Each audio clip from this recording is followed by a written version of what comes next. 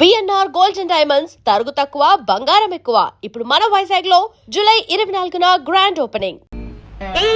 బాబు ముందు నా పూజ అవని తర్వాత నువ్వు చేసుకుంటూ గాని పొద్దుటి నుంచి కాఫీ కూడా తాగలేదు, తల నొప్పిగా ఉంది. పూజ దగ్గర కూడా నీ బడాయి వెళ్ళపోయాలా? అన్ని నీ ఇష్టమేనా? అసలు ఏమిటో నీ గొప్ప తర్వాత చెప్తాలే, గొడవ చేకు తప్ప. చేసుకో చేసుకో, ముందుగా నువ్వు పూజ చేసుకున్నంత మాత్రాన నీ కలెక్టర్ మొగుడు రాడు, నాకే మొగుడు రాకుండాను పోడు. కలెక్టర్ రాకపోతే ఇంజనీర్ వస్తాడు, నువ్వు నోరు మూసుకో.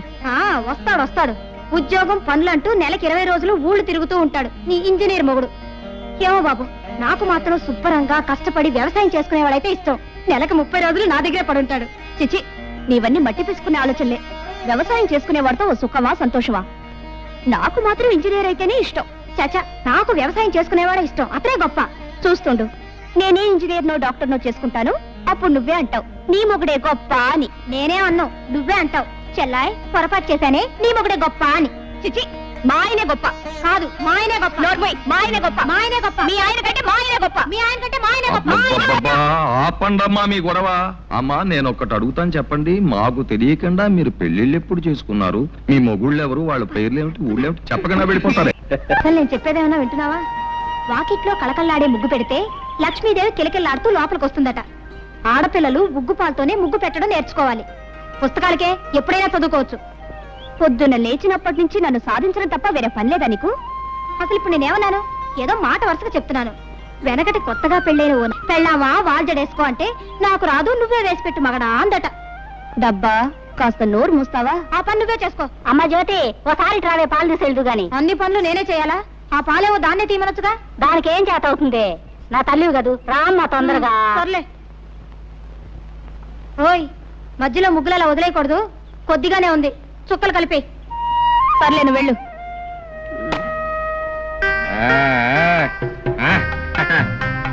మరదల పిల్ల, ముగ్గులు ప్రమాణంగా పెట్టావు. ఇవన్నీ ఎప్పుడు నేర్చుకున్నావు నువ్వు? ఇదేమన్నా బ్రహ్మ విద్య? ఇవన్నీ నాకు ఎప్పుడో వచ్చు. ఇప్పుడు వచ్చా? నాకు భలే సంతోషంగా ఉందే. నీకెందుకు సంతోషం?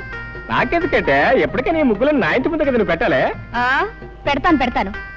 ఇంకొకసారి అలాంటి మాటలు మాట్లాడితే 2 ముట్టికాయలు పెడతాను. ఆహా, అయితే పెట్టి మరి. మరదలు పెట్టే ముట్టికాయలు కజ్జికాయల కంటే తీగా ఉంటాయి. అది సరిగానే మరదల పిల్ల, నీకు ఈ ఒక్క ముగ్గేనా అన్ని ముగ్గులు వచ్చా? అన్నీ వచ్చు. అన్ని వచ్చా? రథ ముగ్గు వచ్చా? వచ్చు. చిలకా ముగ్గు వచ్చా? వచ్చు. మరి ముద్దు ముగ్గు వచ్చా? అది వచ్చు. వస్తే పెట్టు. వస్తున్నా, పెట్టాలి పెట్టాలి.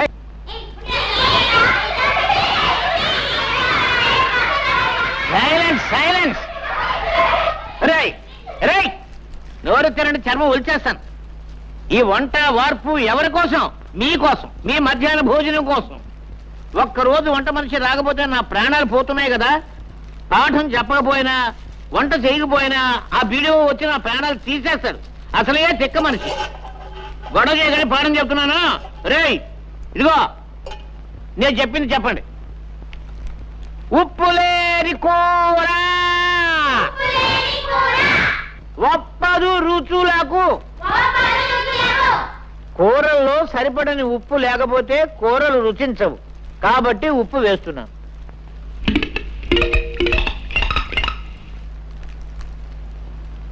ఆ తర్వాత రే బడుద్దాయిలారా, పద్యం మాత్రం చెప్పండి, నన్ను చంపకండి.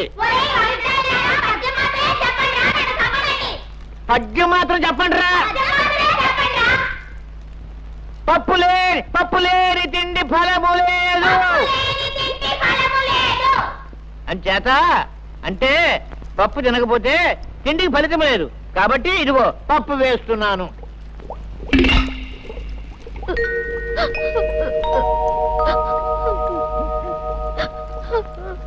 రే, చదువుకోవడానికి పాఠాలు అక్కర్లేదు కానీ భోజనానికి మాత్రం టెన్షన్గా వచ్చేస్తావు. 3 రోజుల నుంచి స్కూల్కు రాకుండా ఎక్కడ తిరుగుతున్నావురా? ఎక్కడ తిరుగుతున్నావు చెప్పు. మా అయ్యకి 4 రోజుల నుంచి జ్వరం అండి.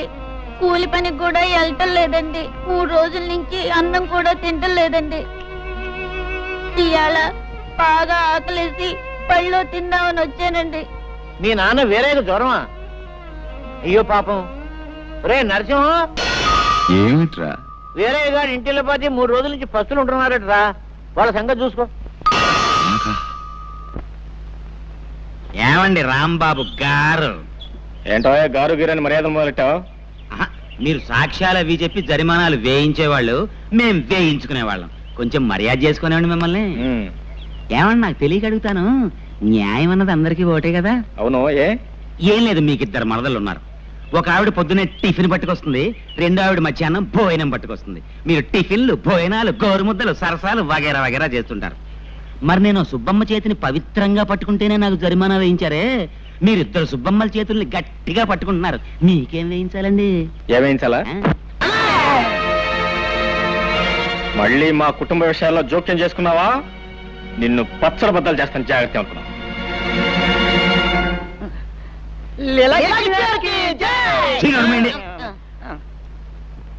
సర్వే జన సుఖినో భవంతు.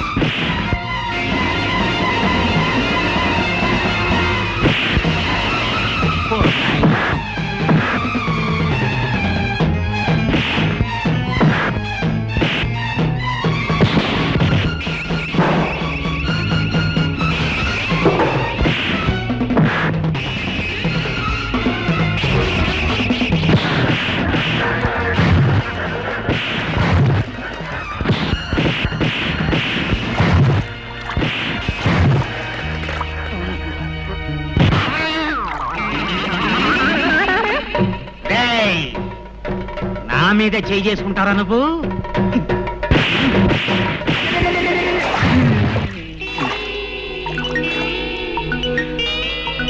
సర్వే జన సుఖినో భవంతు. దొక్క చీరేస్తానే అనుకున్నావు. యారకి రోజు ఉదయాన్నే వచ్చి ఈ పూలన్నీ కోసుకెళ్తావు, ఎవరి కోసం? సగం దేవుడి కోసం, సగం నా కోసం. అలా ఎందుకు? మొత్తం పూలన్నీ దేవుడికే ఇచ్చేయచ్చుగా. పూర్తిగా ఇవ్వమని దేవుడు నన్ను ఎప్పుడూ అడగలేదే. దేవుడు ఏది అడగడు, మనమే అర్థం చేసుకోవాలి. అడగకుండా అర్థం చేసుకుంటే అదొక్కోసారి అపార్థం కావచ్చు. అయినా దేవుడికి పూజారంటే భయం కాబోలు, ఇంతవరకు నోరు మెదపలేదు. దేవుడికి భయం ఏమిటి? సమయం వస్తే పూజారి పిలక పట్టుకొని ఆడించేస్తాడు.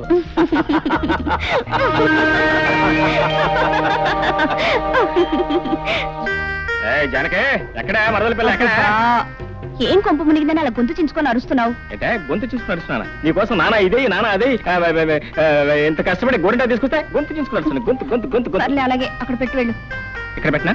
ఇక్కడ పెట్టాను నేను తీసుకొచ్చింది పళ్ళు పళ్ళు రాలకూడదు అనుకున్నాం. ఇదిగో నువ్వేం చేస్తావు నాకు తెలీదు. వస్తే బోడి పుస్తకం బావగారిని నానా కష్టాలు పడి నీకోసం గోరింటా తీసుకొస్తే పుస్తకం బోడి పుస్తకం అని. ఇదిగో నువ్వేం చేస్తావు నాకు తెలీదు. ఈ గోరింటాకు మెత్తగా రుబ్బు. ఏది గారెల కోసం పప్పు పుత్తారే, పప్పు అంత మెత్తగా రుబ్బు. రాత్రి పెట్టుకో. తెల్లారడం ఏంటి, అయ్యగారికి కళ్ళు తెరవడం ఏంటి, ఎర్రగా పడి నీ చేతులు చుట్టం ఏంటి? పెట్టుకొస్తా అనవే? పెట్టుకొస్తా పెట్టుకో. ఇగో మర్చిపోయినాయి, మొత్తం నువ్వే పెట్టుకోవాలి. అత్తయ్య కూడా ఇవ్వద్దు. ఆ మరదల పిల్ల లేదు, కొట్టి పిల్ల, దానికి అసలు ఇవ్వద్దు. మొత్తం నువ్వే కాళ్ళకి చేతులు ముఖాన్ని మొత్తం పెట్టుకోవాలి. మొత్తం పడిపోవాలా?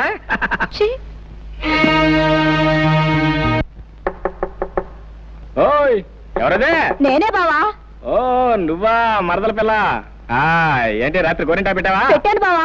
బాగా పండిందా? బ్రహ్మాండంగా పండింది. పండకేం చేస్తే ఇచ్చింది ఎవరా? బావనే ప్రేమతో ఇచ్చాను. అవును మరి. ఇదిగో నేను కళ్ళు మూసుకొస్తున్నాను, తలుపు తీసి కళ్ళు తెరవంగానే ఎర్రగా పండి నీ చేతులు కనపడాలి.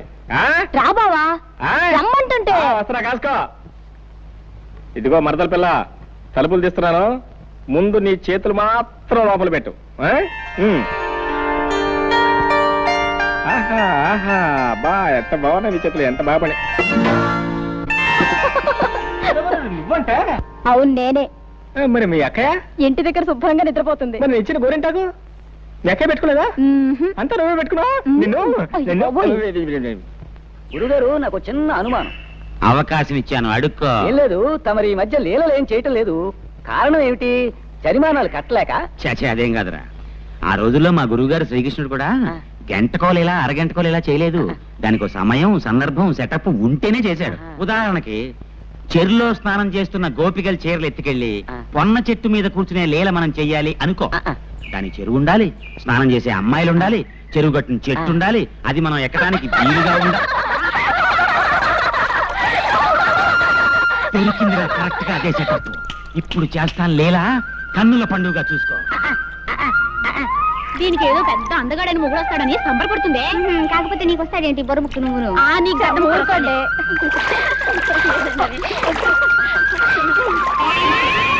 ఆలస్యమైంది, పదండి వెళ్దాం. ఆడవాళ్ళు స్నానం చేస్తుంటే సిగ్గు లేకుండా కొమ్మెక్కి కూర్చున్నావా కొండముచ్చులాగా? కొండముచ్చును కాదే, లీలాకృష్ణుణ్ణి. ఇదిగో మీ చీరలు. ఇప్పుడు మీరు మీ 2 చేతులు పైకెత్తి నమస్కారం పెట్టి, హే లీలాకృష్ణ, మా చీరలు మాకిమ్ము, మా చీరలు మాకిమ్ము అంటేనే కానివ్వను. ముందు మీరంతా పైకి లేవండి, తొందరగా.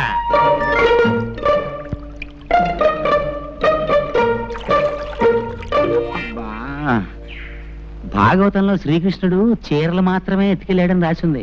లంగాలు బాడీలు ఎత్తుకెళ్ళినట్టు లేదు. పొరపాటు చేశాను. ఏంటి నమస్కారం పెట్టమంటే అంతా చెట్టు చుట్టూ చేరుతున్నారు? అలా కోపంగా చూస్తారేంటి? ఏంటా చేతిలో రాయా?